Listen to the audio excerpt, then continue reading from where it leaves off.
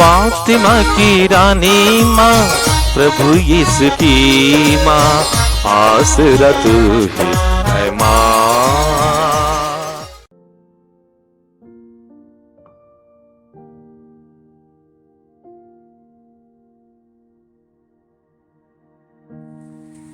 पहला पाठ इब्रानियों के नाम संत पौलुस का पत्र, अध्याय 5, पद संख्याएं 7 से 9 तक। मसीह ने इस पृथ्वी पर रहते समय पुकार पुकार कर और आंसू बहाकर ईश्वर से, जो उन्हें मृत्यु से बचा सकता था, प्रार्थना और अनुनय विनय की। श्रद्धालुता के कारण उनकी प्रार्थना सुनी गई। ईश्वर का पुत्र होने पर भी उन्होंने दुख सहकर आज्ञा पालन सीख लिया। वह पूर्ण रूप से सिद्ध बनकर उन सबों के लिए अनंत मुक्ति का स्रोत बन गए, जो उनकी आज्ञाओं का पालन करते हैं। यह प्रभु की वाणी है। ईश्वर को धन्यवाद। भजन अनुवाक्य। तू दया सागर है, मुझे बचाने की कृपा कर। तू दया सागर है, मुझे बचाने की कृपा कर। हे प्रभु, मैं तेरी शरण में आया हूँ, मुझे कभी निराश नहीं होने दे। तू सत्य प्रतिज्ञा है, मेरा उद्धार कर। मेरी सुन और मुझे शीघ्र ही छुड़ाने की कृपा कर। अनुवाक्य। तू दया सागर है, मुझे बचाने की कृपा कर। तू मेरे लिए आश्रय की चट्टान और रक्षा का शक्तिशाली गढ़ बन जा, क्योंकि तू ही मेरी चट्टान है और मेरा गढ़। अपने नाम के हेतु तू मेरा पथ प्रदर्शन कर। अनुवाक्य। तू दया सागर है, मुझे बचाने की कृपा कर। उन्होंने मेरे लिए जो जाल बिछाया है, तो मुझे उससे छुड़ा, क्योंकि तू ही मेरा सहारा है। मैं अपनी आत्मा को तेरे हाथों सौंप देता हूँ। हे प्रभु, तू ही मेरा उद्धार करेगा। अनुवाक्य। तू दया सागर है, मुझे बचाने की कृपा कर। हे प्रभु, तुझ पर ही मेरा भरोसा है। मैंने कहा, तू ही मेरा ईश्वर है। तेरे ही हाथों मेरा भाग्य है। शत्रुओं और अत्याचारियों से मुझे बचा। अनुवाक्य। तू दया सागर है, मुझे बचाने की कृपा कर। हे प्रभु, तेरी भलाई कितनी अपार है। तू अपने भक्तों के लिए कितना दयालु है। जो तेरी शरण में आते हैं, तो उन्हें सबों के सामने आश्रय देता है। अनुवाक्य। तू दया सागर है, मुझे बचाने की कृपा कर। जय घोष। आलेलुया आलेलुया। धन्य है धन्य कुंवारी मरियम, उन्हें जीते जी प्रभु के क्रूस के नीचे शहीद का मुकुट प्राप्त हुआ। आलेलुया। प्रभु आप लोगों के साथ हो और आपके साथ भी। संत योहन के अनुसार पवित्र सुसमाचार। प्रभु की जय। अध्याय 19 संज्ञाएं 25 से 27 तक। यीशु की माता, उसकी बहन, क्लोफस की पत्नी और मरियम मगदलेना उनके क्रूस के पास खड़ी थी। यीशु ने अपनी माता को और उनके पास अपने उस शिष्य को जिसे वह प्यार करते थे देखा। उन्होंने अपनी माता से कहा, भद्रे, ये आपका पुत्र है। इसके बाद उन्होंने उस शिष्य से कहा, यह तुम्हारी माता है। उस समय से उस शिष्य ने उसे अपने यहाँ आश्रय दिया। यह प्रभु का पवित्र सुसमाचार है। क्रिस की जय। प्रिय भाई बंधु, आज के ये सुसमाचार ईश्वर की एक विशेष योजना की ओर संकेत देते हैं और कहते हैं, यह तुम्हारा पुत्र है। हम जानते हैं गब्रिएल दूत कुंवारी मरियम को शुभ संदेश सुनाया, आप गर्भवती होंगी, पुत्र प्रसव करेंगे और उसका नाम यीशु रखेंगे। और मरियम विशेष रूप से विचलित हुई, ये कैसे संभव हो सकता है? मैं तो पुरुष को नहीं जानता, मेरा कोई किसी पुरुष के साथ संसर्ग नहीं है। और तब गब्रिएल दूत उन्हें सांत्वना देते हुए कहते हैं, ईश्वर के आत्मा आप पर छाए रहेगी, आप गर्भवती होंगी, पुत्र प्रसव करेंगी। और मरियम ने उत्तर दिया, देख मैं प्रभु की दासी हूं। तब से लेकर चलने वाले सिलसिला एक के बाद एक को मरियम को ईश्वर की यह योजना प्रकट करते हैं। वह यूसुफ के साथ अपने संतति को मंदिर में चढ़ाने के लिए जब गई, वहां सिमयोन नामक धर्मात्मा और हन्ना नामक ईश्वर की सेविका उनसे भेंट करते हैं और उनको विशेष संदेश देते। सिमयोन उनसे कहते हैं, यह ईश्वर की विशेष योजना है और एक तलवार आपके हृदय को आर पार भेदेगी। यह एक चिन्ह है जिसका विरोध किया जाएगा और इस्राएल के बहुतों के मन के रहस्य को यह प्रकट करेगा, आदि आदि। मरियम ने इस बात को सुना। हन्ना भी आकर यह अभिषेक के संदेश सुनाते हैं और तब मरियम याद करती हैं, यह बच्चा मेरे गर्भ में किसी पुरुष के साथ संसर्ग के द्वारा नहीं आई, यह ईश्वर की विशेष योजना है। इस रहस्य को वह अपने हृदय में संजोए रखती है। इस शिशु के बारे में वो भी सोचने लगती है, ये क्या क्या होगा, किन किन बातों की संकेत है, इनके द्वारा क्या क्या होने जा रहे हैं, मैं किन किन बातों की का अनुभव करने जा रही हूं। संजोए रखी। बाद में 12 बरस की उम्र में जब यूसुफ और मरियम बालक यीशु को परब के लिए मंदिर ले गया और वहां यीशु खो गए।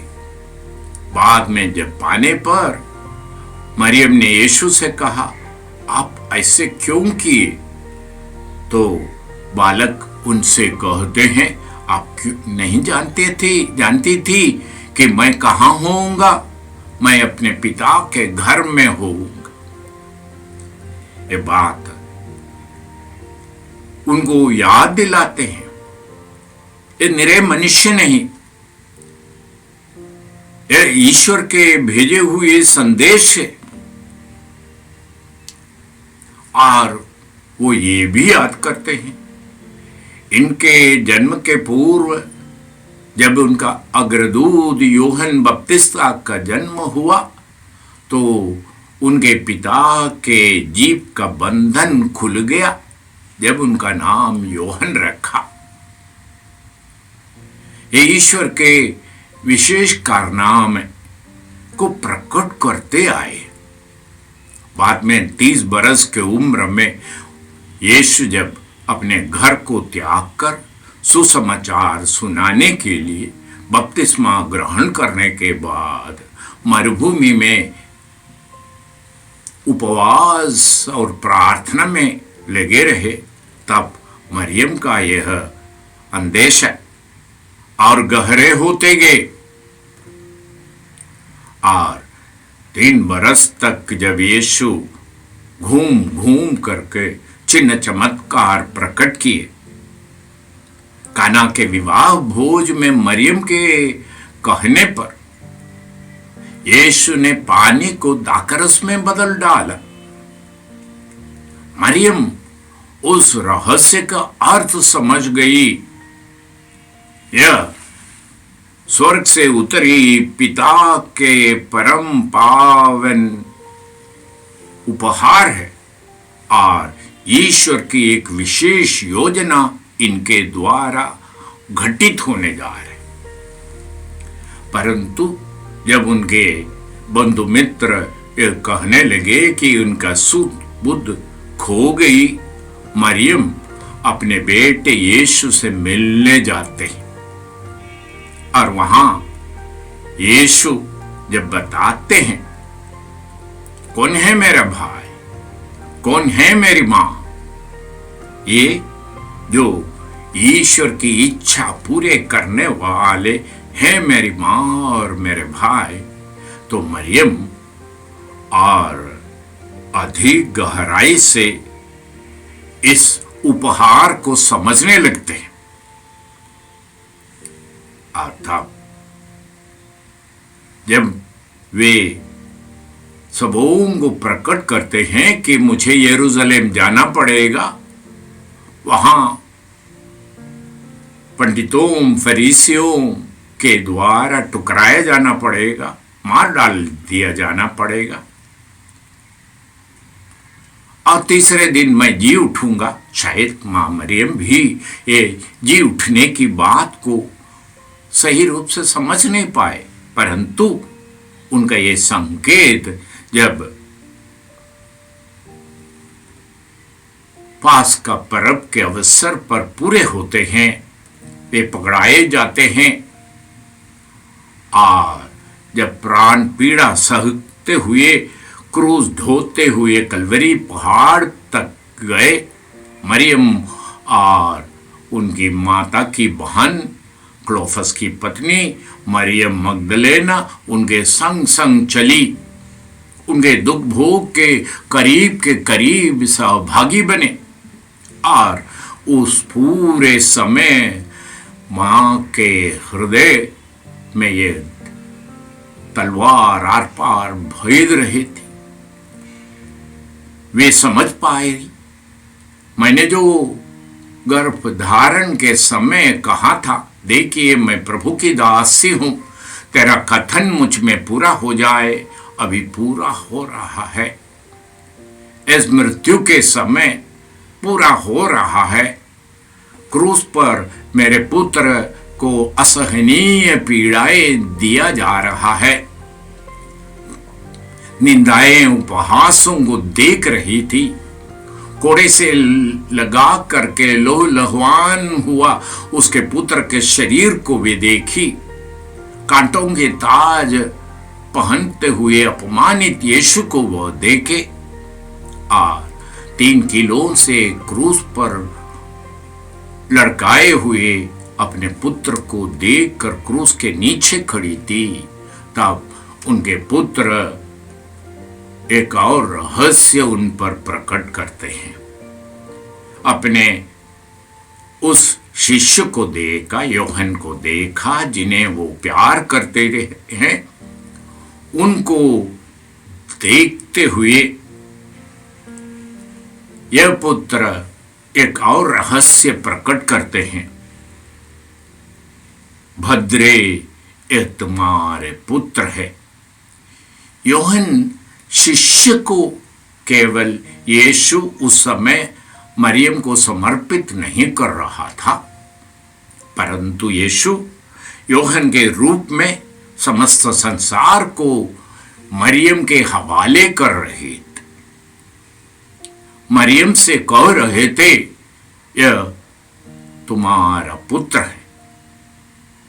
और उस शिष्य की ओर देखते हुए यीशु ने कहा, यह तुम्हारी माता है। इस तरीके से यीशु ने कुंवारी मरियम को समस्त संसार को समर्पित करते हैं, उनकी देखरेख करने की दायित्व देते हैं। क्रूस मरण तक उनकी सफर समाप्त नहीं होती है। बाद में शिष्यों को एकत्रित कर उनके साथ प्रार्थना करते रहने की और सभा को इकट्ठा करने की, उनके पुत्र के द्वारा दिया गया शिक्षा को स्वीकार करने के लिए आदि सभा को तैयार करने की दायित्व क्रूस पर आरोहित यीशु अपनी मां कुंवारी मरियम को प्रदान कर रहे हैं। प्रदान करने वाले ये दायित्व को निभाते हुए शिष्यों के साथ प्रार्थना करते समय पवित्र आत्मा आदि सभा पर उतर आते। तब से मरियम समस्त संसार में फैली यीशु के शिष्य गणों को अपने आंचल में समेट लेती है, समस्त सभा की आवश्यकताओं को समझती है।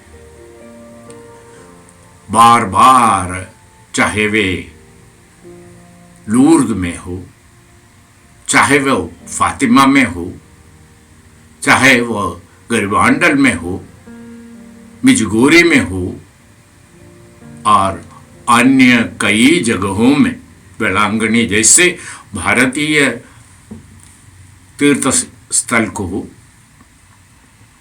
मरियम सभा को बुलाते रहती है। वो बुलाती हैं कि सभा उनकी पुत्र के राह पर चले, उन पर विश्वास करे, उनके पुनरुत्थान की सहभागी बने।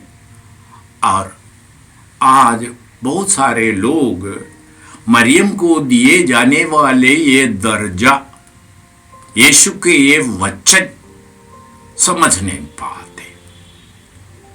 वे मरियम को एक निरे स्त्री, साधारण यहूदी स्त्री जिनके द्वारा यीशु का जन्म हुआ, उस तरह मानते हैं। परंतु आज सभा को शिक्षा मिल रही है। ये मरियम ईश्वर की कृपा पात्री है।